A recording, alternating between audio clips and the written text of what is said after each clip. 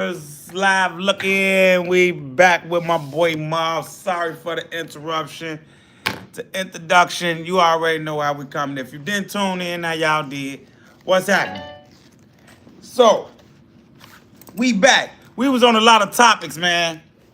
With about the kids, the generations, and how we was in the penal systems locked up. So, now me and my boy Mob, we definitely back.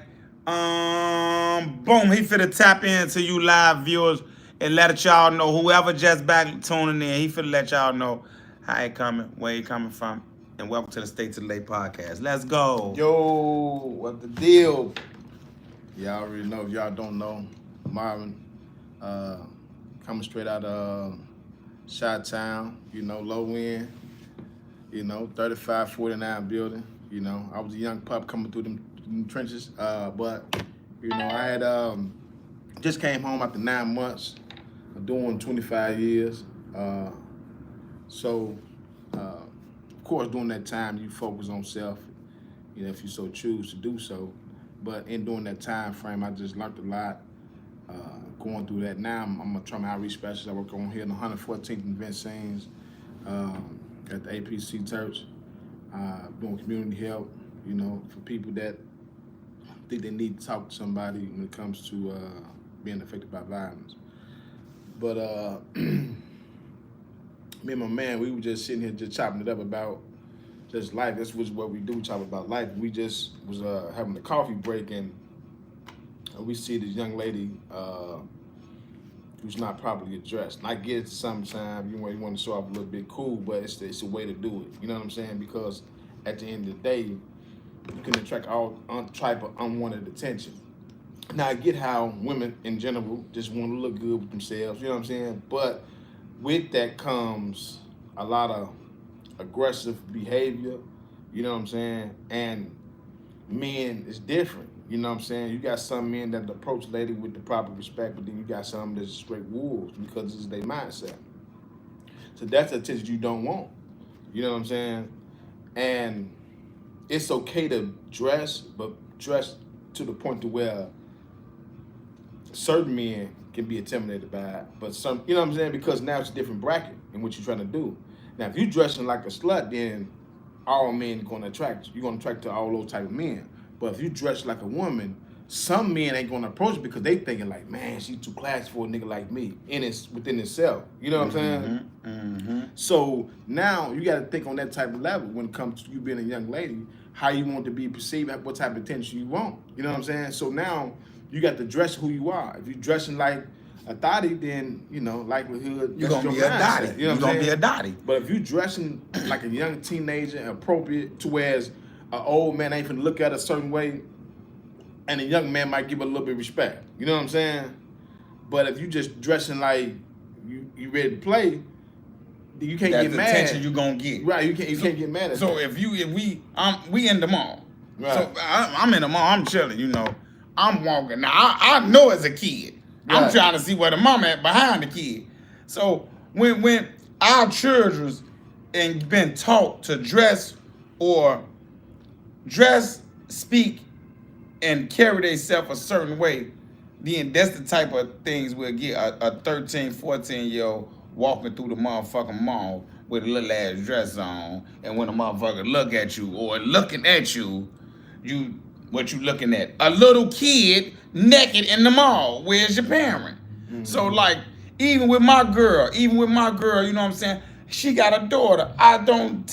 You ain't wearing that appropriate. Don't put no little ass shorts on in this house. Yeah. We was raised a certain way. Yeah. So with that being said, by you being raised a certain way, and you and the kids having kids. Let's just, like I was just telling my homie. Yeah. You have a child at 19 and you 29 and your child you 27, 28, your child 7, 8, 9, 10, or whatever the case may be.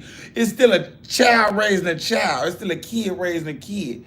So with that being said, like, those are the things that we have to teach our children. You have to teach your children at some point that people not perv. You dressing like a a whorish. Yeah. You dressing like certain things. Yeah, and that's like we was just saying. When you dress a certain way, you can't pick who you want the attention from, right? You dealing with different levels of men. Men are hunters by nature. Facts. You know what I'm saying? Whatever type of hunter you is, that's that. But men are automatic hunters, and they in full pursuit. So if you peacocking in the sense that you are approachable, men are any type of man gonna approach that. You know what I'm saying? Because they saying, oh, this is a freelance. This is up for grabs. Who gonna get it? You know what I'm saying? Like yeah, like they always used to hide this saying, not to cut you off. Go for they it. always used to hide this saying that my granny used to saying. Sometimes you just gotta leave the gift wrapped up before you would do anything. So Yeah. like you got to leave the gift Yeah. wrapped up sometime. Right. So if you expose everything and you showing everything, and the gift ain't even wrapped, you just might as well hide anything to be. I can get it right now. Yeah. In a sense of humor, I could get it right now. So with that being said, y'all already know how we come, man. State Street Podcast. That's just the topic of getting your kids, man, Joe, and show them how to dress appropriate.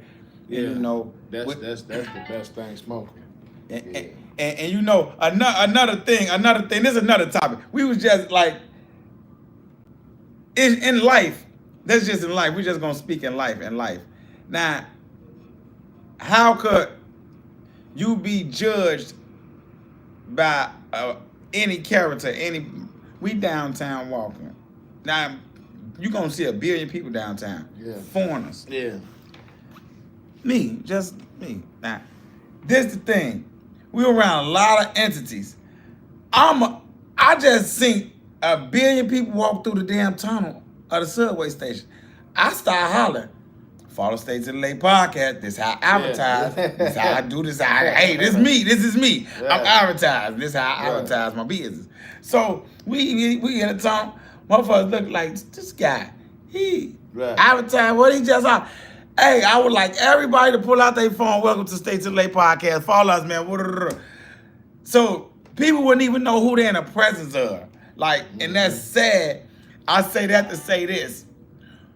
Don't judge a book by its cover. You can meet anybody and never knew that person was somebody.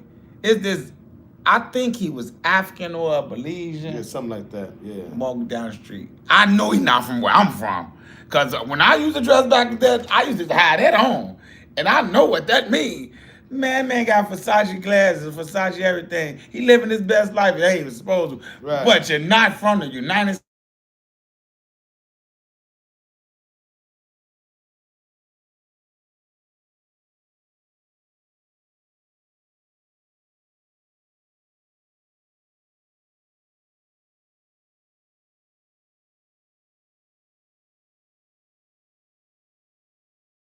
Be surprised who you meet, when you meet them, how you meet them. So, you know, guys, ladies, gentlemen, kings and queens, don't judge the book by its cover. Yeah. Let it come to you. It's flow to you, man. You never know what type of blessing you're gonna get. And I want to speak on that too, because we all got an image in our head or how we perceive a person based off our viewpoint on life. You know what I'm saying? But when you meet a person, he or she may be not that appealing to you, or something you trying to find a flaw, whatever the case may be, but you never know what this man or woman has been through and how this person is meeting you in this period in life where y'all two had to meet for whatever reason. So when you prejudge a person, it's a statement that says, the more you judge, the least likely you are to forgive. You know what I'm saying? Because you already putting a preconceived notion in your head about a person based off how he may perceive you in this moment, and how he may or she may look to you now. You know what I'm saying? You just don't know a person's story. And even whatever position they in life, that's their life. Exactly. You know, that's their life. You know what I'm saying? Because everybody on this planet Earth was always in a position where somebody didn't like them. You know what I'm saying? If You hate, feel what I'm saying? good and evil. Yeah, it's like you can't please everybody. Somebody's not gonna like you, even if you just an all around good, genuine motherfucker. You still somebody gonna be like, I don't like him or I don't like her. Fuck that. That go back to the Judas. That have Judases. Right. Go back in God's time. You have Judases. So there's a lot of Judases out here. Is what he really trying to say. There's a lot of Judases as people out here. So if y'all don't know the stories, it's Judas. Judas is the one who betrayed God, turned from God. So we have a lot of Judases out here. There's so many words: good, bad, bad, good, evil. Yeah. So there's a lot of hate. So like with that being said, I really want to talk about this mental net thing because y'all already know how I'm coming. Anytime I'm talking on the Stay to the Late podcast, I'm stressing that issue about her. It's ironic, right? I was sitting up, I was talking to an entity.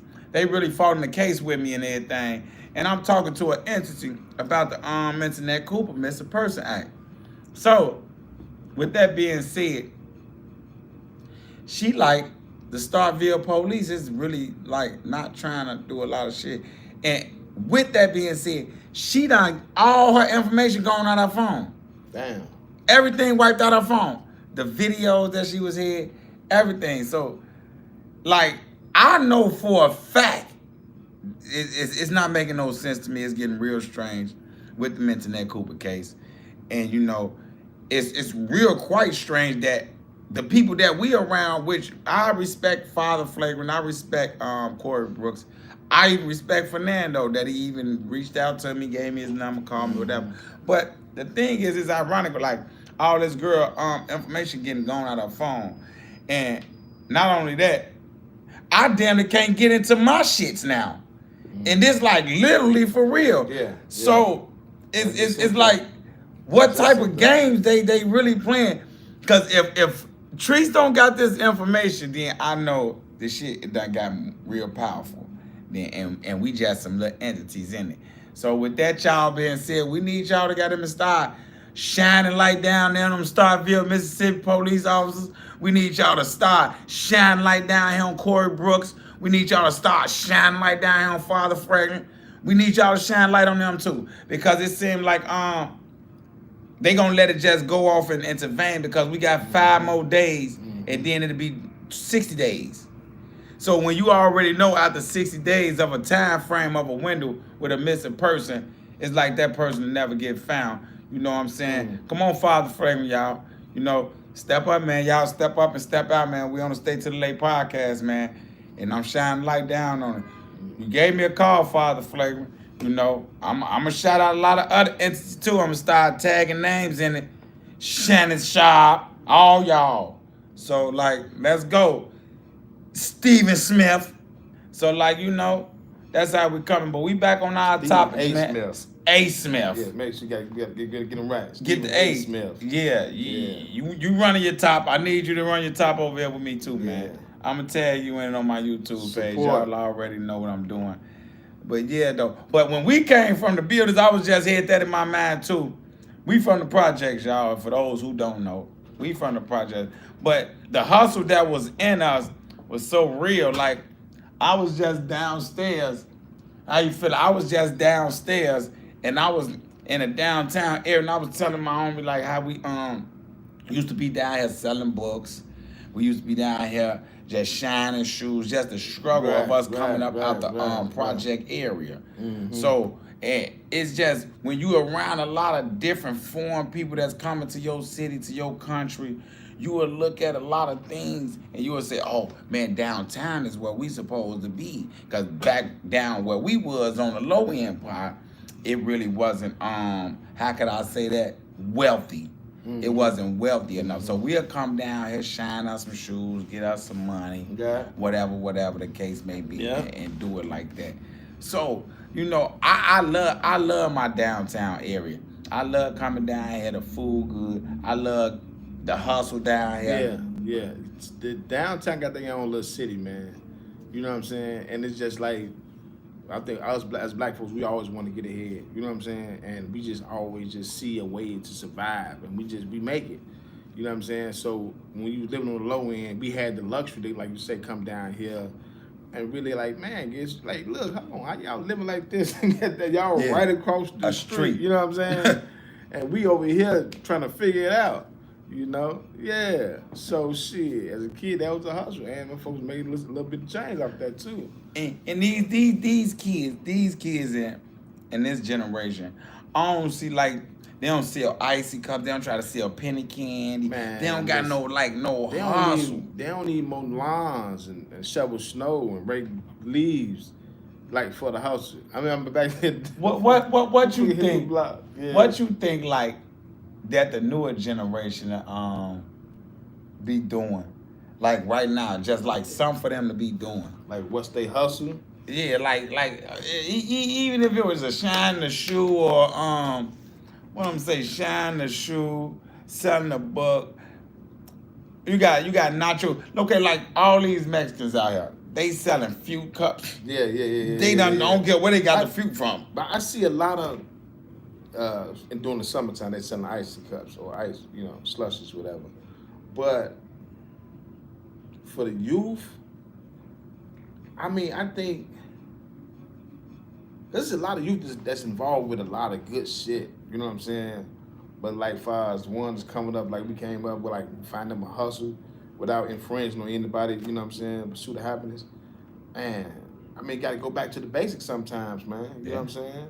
Gotta shovel some snow, rake some grass, rake some leaves, and build that community awareness, you know what I'm saying? Because you got a lot of old folks who probably need the type of assistance. And, you'll cut them a deal, Just try to bring the community back together, you know what I'm saying, in that sense, because it's a lot of old versus the YNs, you know what I'm saying? And we need to bridge that gap. It's never versus, man. We always need to be united some kind of way because this oppressed nation we living in, you know what I'm saying? And I think those were the core values of the family back in the day because when they was so oppressed, all they had, man, I can't do nothing but trust you. Mm-hmm. You know what I'm saying? And I'm gonna tell you the truth, I'm finna run away. If you can't trust the motherfucker back then, you know what I'm saying?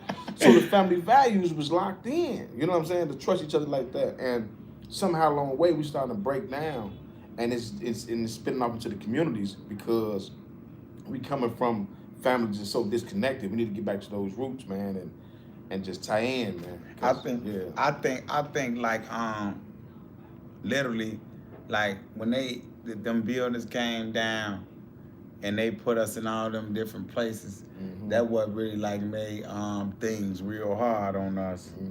And it like struck a match, cause that's what I call it. I call it a match. It struck a match and people weren't used to other people coming in their hood, in their neighborhood. People weren't used to a lot of those things, and I think that what like sparked a lot of violence in Chicago when them buildings came down and everybody went to different places. You know, it's that be the whole topic of everything with that. I think if our buildings would have been still up, I don't know how to be. But you got to think about this though, bro.